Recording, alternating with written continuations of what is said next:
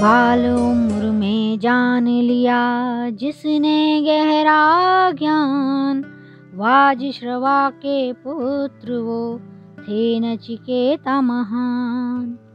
जी हाँ बच्चों, आज हम आपको महर्षि वाजिश्रवा के पुत्र नचिकेता के विषय में बताएंगे। एक बार महर्षि वाजिश्रवा ने विश्वजीत यज्ञ का आयोजन किया, जिसमें उन्होंने दूर दूर से ऋषि महात्माओं को बुलाया। कई दिनों तक चलने वाले यज्ञ की समाप्ति के बाद महर्षि ने अपनी सारी संपत्ति एवं गायों को दान में दे दी।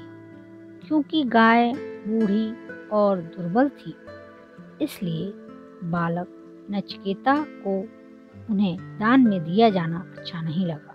अपने पिता को इस गलती का एहसास कराने के लिए नचिकेता उनके पास पहुंचे और कहा, बूढ़ी दुर्बल गायों का करना नहीं था दान, काम किसी के आए ना व्यर्थ है सादान, काम किसी के आए ना व्यर्थ है सादान। ऐसा सुनकर महर्षि ने नचिकेता से कहा कि मैंने अपनी संपूर्ण संपत्ति दान में देने की प्रतिज्ञा ली थी। अगर मैं गायों को दान में नहीं देता तो मेरा यज्ञ अधूरा रह जाता। इस पर नचिकेता ने कहा कि पिताजी, मैं भी तो आपका पुत्र हूँ, आप मुझे किसे दान में देंगे? नचिकेता के बार बार ऐसा पूछने पर क्रोधित होकर महर्षि ने कहा, बार बार प्रश्न पूछ कर क्यों करता है तंग मुझको, कर तेरी है ऐसी मंशा तो दिया यम को मैंने तुझको, अगर तेरी है ऐसी मंशा तो दिया मैंने यम को तुझको।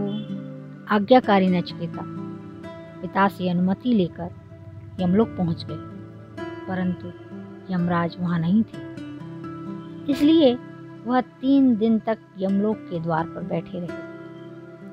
चौथे दिन जब यमराज वापस आए तो नचिकेता की पितृ भक्ति देखकर और अपने द्वार पर 3 दिनों तक भूखे प्यासे बैठे रहने के कारण यमराज ने बालक नचिकेता को 3 वर मांगने के लिए कहा। बालक नचिकेता ने पहला वरदान मांगा कि वापस लौटने पर मेरे पिता मुझे पहचान लें और उनका गुस्सा शांत हो जाए। दूसरा वरदान उन्होंने मांगा कि स्वर्ग मिले किस रीति से मुझको दो यह ज्ञान, मानव के सुख के लिए मांगू यह वरदान।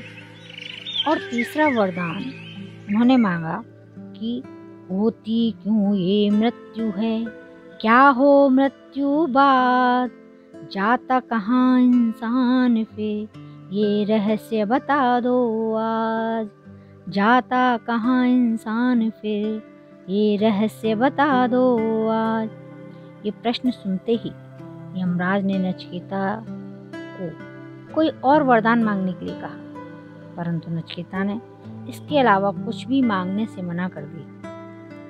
नचिकेता की दृढ़ता और लगन के आगे यमराज को झुकना पड़ा और उन्होंने नचिकेता से कहा कि जिसने कोई पाप नहीं किया, किसी को पीड़ा नहीं पहुंचाई तथा जो सच्चाई की राह पर चला, उसे मृत्यु का कोई पीड़ा कोई कष्ट नहीं होता। बच्चों, इस तरह से बालक नचिकेता ने छोटी सी उम्र में वह ज्ञान प्राप्त कर लिया जो बड़े बड़े ज्ञानी पंडित आज भी नहीं जान सकते।